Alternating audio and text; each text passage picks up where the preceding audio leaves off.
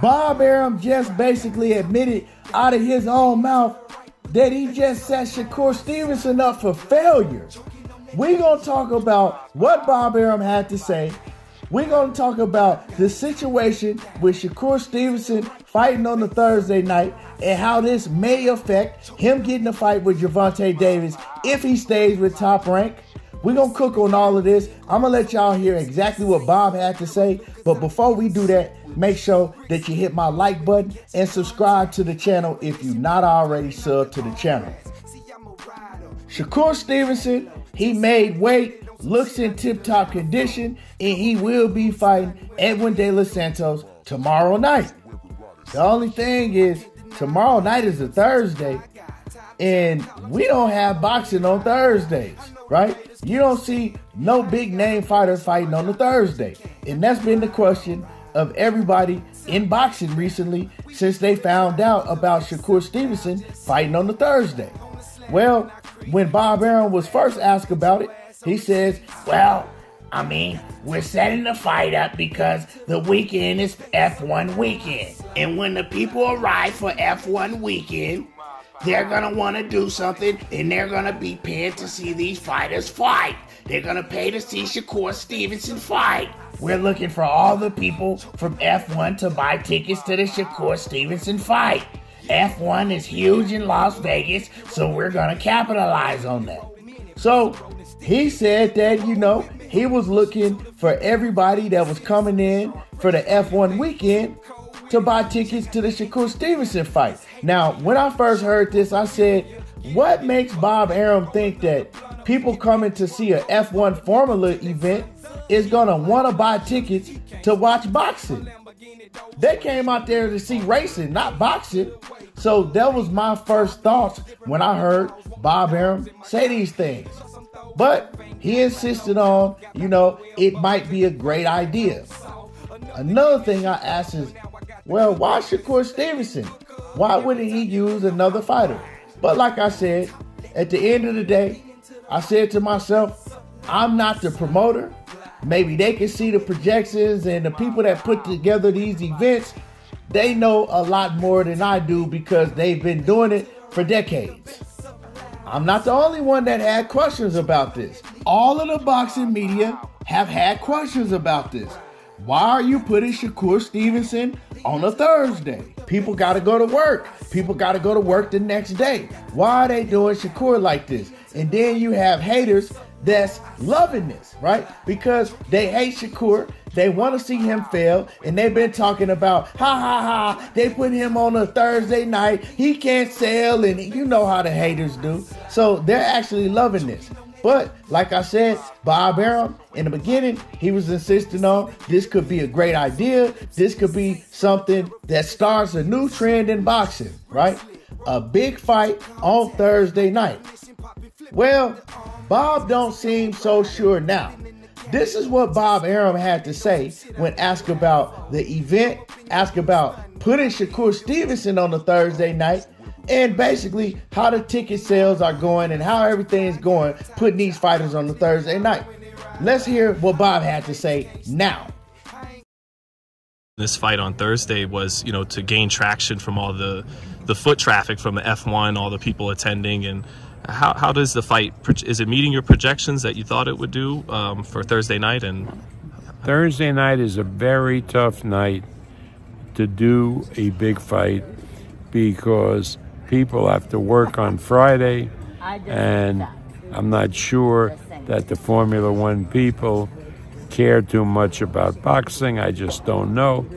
But the reason this fight's on a Thursday night is because ESPN is doing Formula One on the weekend, and they wanted to use boxing, the telecast, to, in effect, help promote their telecast of Formula One.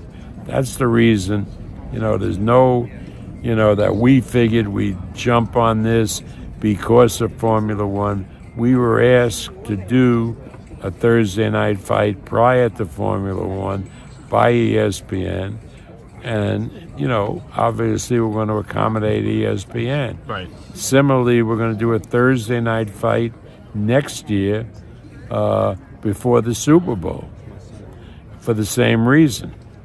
Right, in February when the Super Bowl comes to Las Vegas. Exactly. Right. Do you think this has panned out well? The idea of putting it before F1?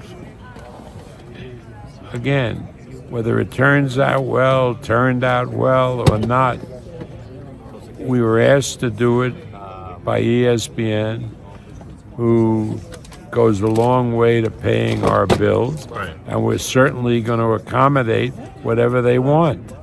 I mean, it's not like a great genius move on our part that we figured out and we made determination.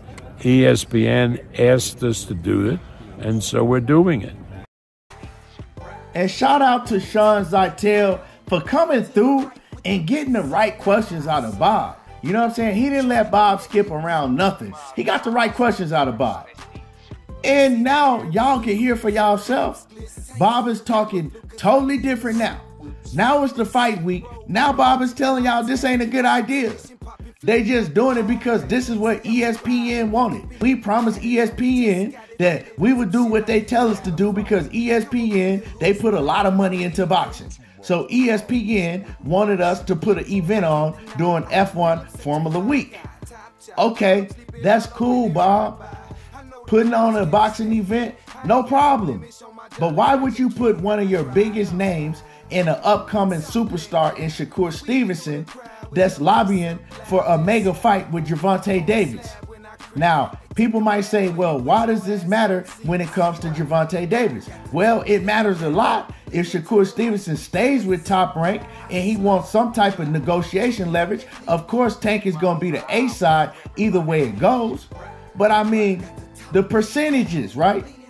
If Tank look and say, okay, well, your last fight, you did on a Thursday and you didn't even do a live gate of $1 million. Well, we going to offer you 10%. Or whatever it may be, then Shakur Stevenson won't have no type of leverage. But if you put Shakur on a Saturday night, right, he sells 11, 10,000, 12,000 tickets, do a good live gate, do great viewership numbers on ESPN, then you can bring that to the table and say, look, I know you the A side, but this is how much I'm making. This is what I'm bringing to the table, so let's talk. You can't do this if you do an event on Thursday night and it flop because they set you up on a dummy mission. You heard what Bob Arum just said. Like, oh, well, I mean, it's not like we think that the event was going to do great numbers and the people from the F1 crowd was actually going to want to buy the event. Like, what is you talking about, Bob? This is what you said before in the beginning. Now you're changing your tune. And we all know that Gervonta Davis, the fight that he's been lobbying for, that he wants, is Gervonta Davis. When Bob was asked about the Gervonta Davis fight, he's basically talking like Tank got to come to ESPN to make it happen because Tank no longer has a platform and ESPN is the biggest network with the biggest platform, so you're going to have it on ESPN. He is going to have somewhere to go. Just like Sean Zeitel said, they're going to be doing it on Amazon Prime probably, right? So you can't tell Tank that he got to come to ESPN to fight Shakur. Shakur won't be the A side. So with all this being said, man, I hope that Shakur is taking all of this in accountability and he don't re-sign with Top Rank. Now, I already know that Jay Prince has a lot of say-so with that. Jay Prince is Shakur Stevenson's manager, and I don't know what their contract look like, but I know that Jay Prince is going to try to have Shakur sign back with Top Rank because Jay Prince don't do business with nobody else but Bob Arum in the boxing world. He don't do business with Al Heyman. And I also know that Shakur is loyal to Jay Prince. But man, Shakur might have to leave Jay Prince if Jay Prince is demanding him sign back with Bob Arum. Because you heard Bob say, well, I'm going to talk to Jay Prince and we're talking about extending. Well, Shakur, when he talked about it, he said he want to become a free agent. He wasn't talking about extending shit. He says that he looking at all options. So, I don't know, man. This is going to be a big conflict. And by the way that Bob Arum is talking, if Shakur stays with Top Rank, it ain't going to be no Gervonta Davis fight. It's not. You can tell how Bob is talking. Bob is sounding like he don't want to do no business with Al Heyman and them. And if he does business, he got to be in control. And that can't happen if it's Gervonta Davis because he is the A-side. So, man, this ain't sounding good for a future mega fight. A good thing for Shakur Stevenson is that Shakur is going to get paid his mandatory that he has regardless. I believe his mandatory minimum is like 3 or 3.5 million. That's how much he's been making. So Shakur is going to get his bread regardless if it ain't nobody in that arena. Shakur already going to get his bread. But like I said, it just doesn't look good when you go to the negotiation table because the first thing they're going to do is they're going to bring up this Thursday night fight. But one other good thing in Shakur's favor is he has another fight with Top Rank before his contract is up. And hopefully his next fight, he do big numbers. And he probably will because Shakur usually does 10,000+. It probably ain't gonna happen on this Thursday night from the way that Bob Arum is sounding.